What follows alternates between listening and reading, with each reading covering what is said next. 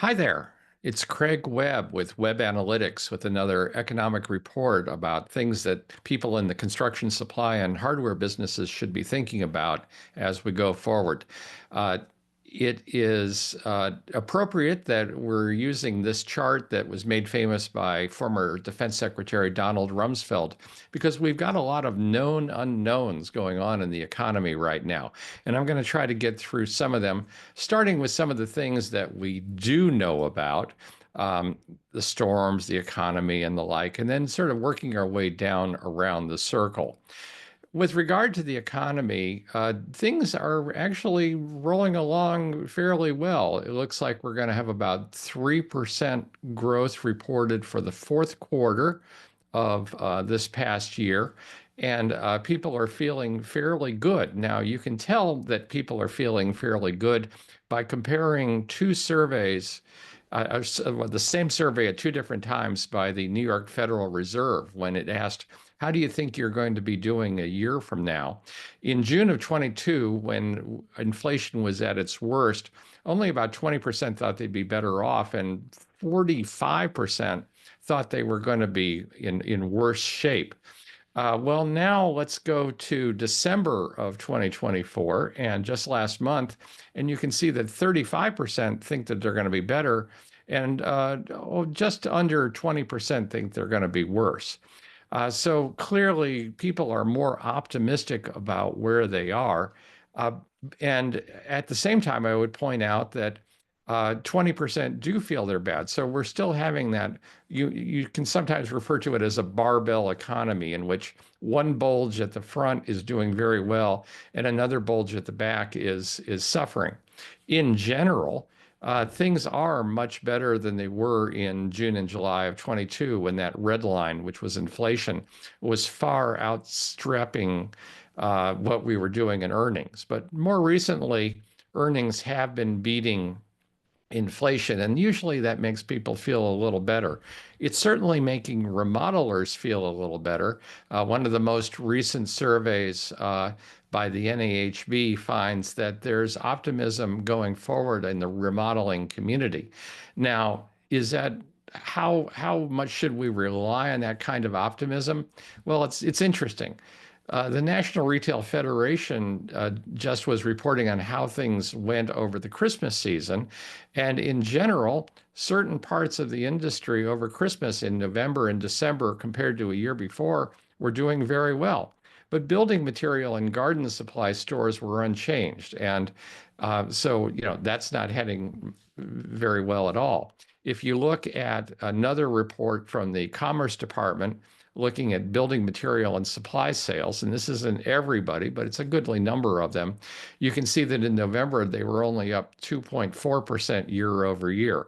So there are issues. Now, we are getting more existing homes sold, and in October we had the first year over year rise in 3 years. November was better too, and that is making some people feel that there are possibilities on the remodeling side, if only because those new people who are buying those homes usually spend a lot of money fixing them up and making some changes in their first year. I would point out that there are big differences regionally in where those existing home sales will take place. The National Association of Realtors, Realtor.com, thinks that nationally, existing home sales will go up only 1.5% this year, but you can see that in some markets it's going to go up as much as 25%. So depending on where you are, you could see a lot of activity or you could see relatively limited activity. With regard to single family new home construction, things are a little better recently, but they're still not as good as they were a year ago in December of 2024.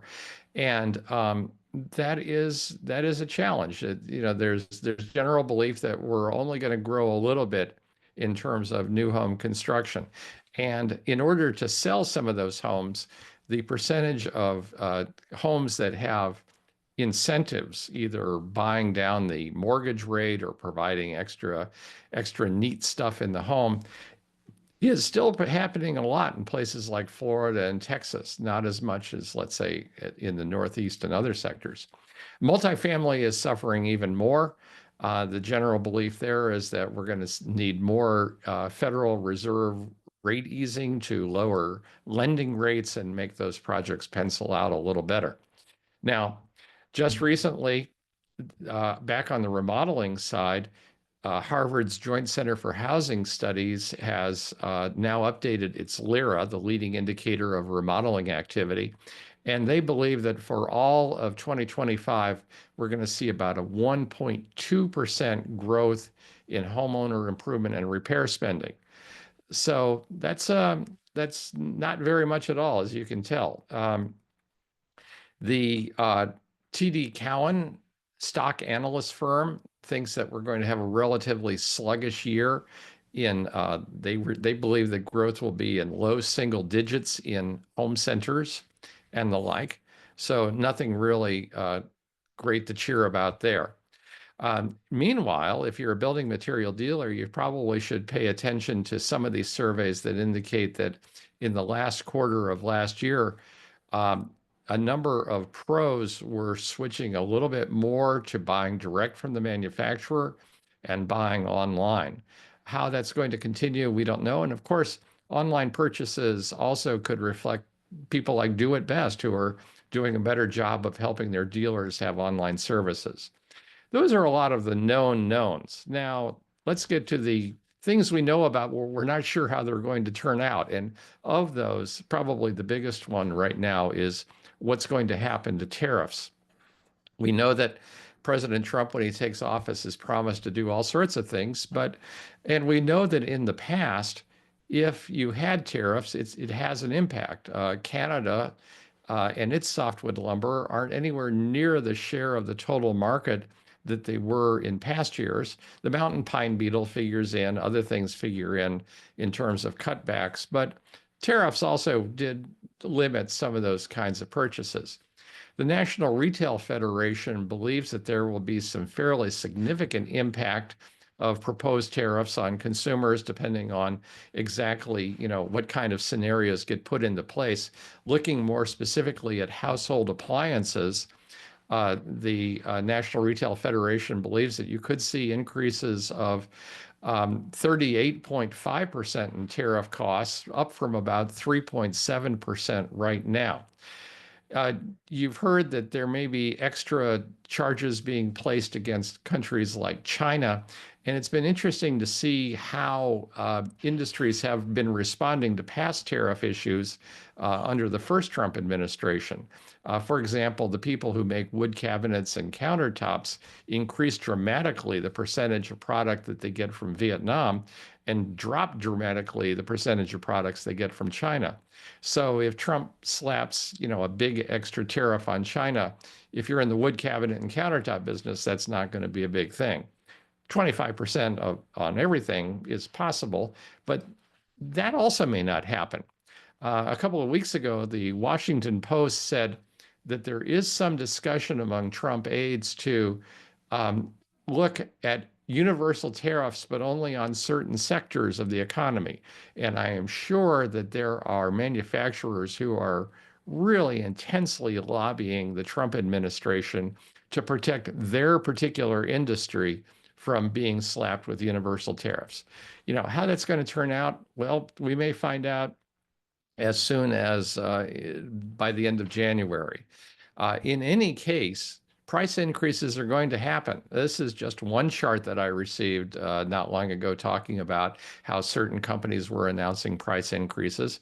And I could have shown you a bunch of them, but the point is that they are trying to put in price increases and make them stick. And that's even without tariffs. These are domestic products frequently. This might be one reason why building material dealers are relatively optimistic, according to LBM Journal's poll in the winter. 41% were somewhat, 21% were very optimistic. And where do they think that they're going to get more revenue? Well, John Burns Research and Consulting has predicted that the growth we're going to be in these areas with an average increase of just under 6%. So where will tariffs go? Well, that's a known unknown, and we're going to find out fairly soon. The other thing that we're going to be learning more about is exactly how the Trump administration is going to go forward when it comes to immigration and what its impacts on the housing industry will be. Um, it's pretty certain that there is going to be a crackdown of some sort, so that if you are a manufacturer or if you're a dealer, you might want to take these suggestions from the Society of Human Resource Managers as to what to do in your store. Now, on the construction side, what's the relationship between immigrants and construction? Well, according to the National Association of Home Builders, about 25% of all construction labor as of 2023 was from the immigrant community. Now, that's not the same as the undocumented immigrant community. And according to the NAHB, well, let me go back for a second. When it comes to immigrants in general, there also are vast differences between industries in terms of who has the greatest share of immigrants. Now, let's talk about the undocumented workers. John Burns believes that it's 1 out of every 10 workers. So if we do have if we do have deportations, if we do have crackdowns on immigrants, it's pretty clear that unless a huge number of actual people who have U.S. passports are willing to suddenly jump up and start hammering nails and putting shingles on roofs, we could have some challenges. John Burns, their predictions are that you're going to start seeing wage pressures, particularly in slowdowns in places like Nevada, Texas, Florida, New Jersey, California.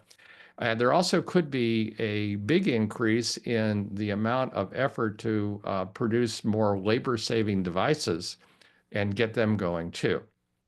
Now, what's going to happen?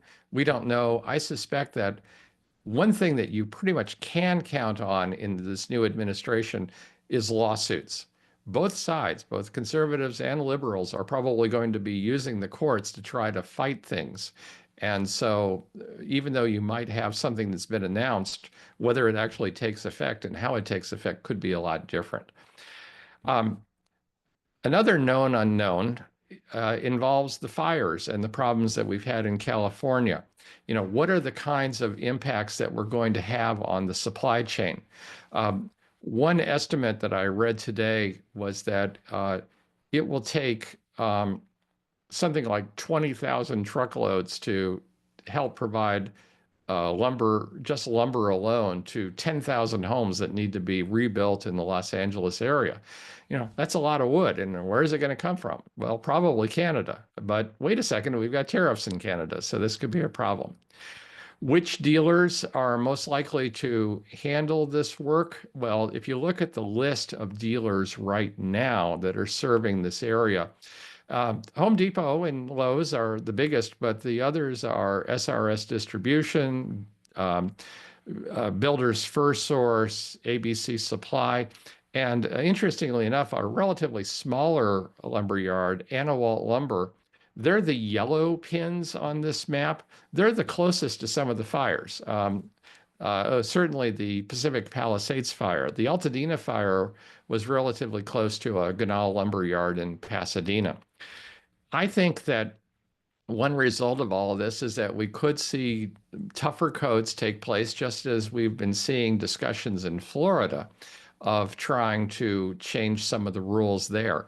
And consequently, disasters are probably going to change how we build some of our houses and make them more expensive.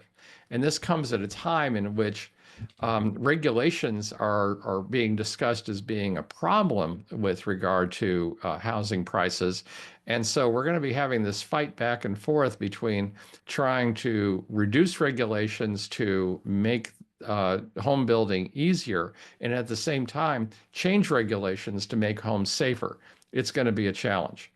Now, overall, back into the general economy, a lot of people are wondering how many rate cuts we're going to have this year. The last I've heard is that the odds are for two, not necessarily a huge number, which means probably that mortgage rates will stay elevated, especially as they're tied to the 10-year bonds.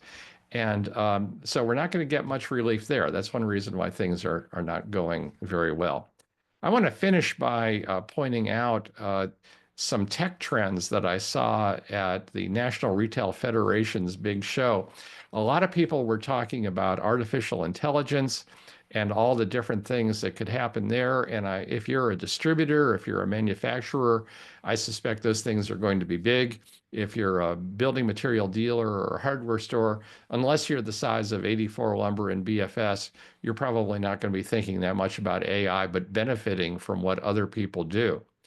Things that should be looked at probably involve stuff like electronic shelf labels, which I still believe have potential to be a labor-saving device and can pay for themselves if you're willing to make the investment.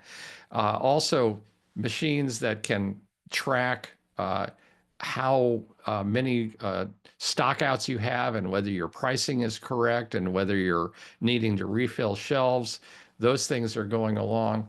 We're seeing a rise in people tracking software, not just to look for bad guys, but also just to get general information about how well your store is operating. Are the aisles getting crowded?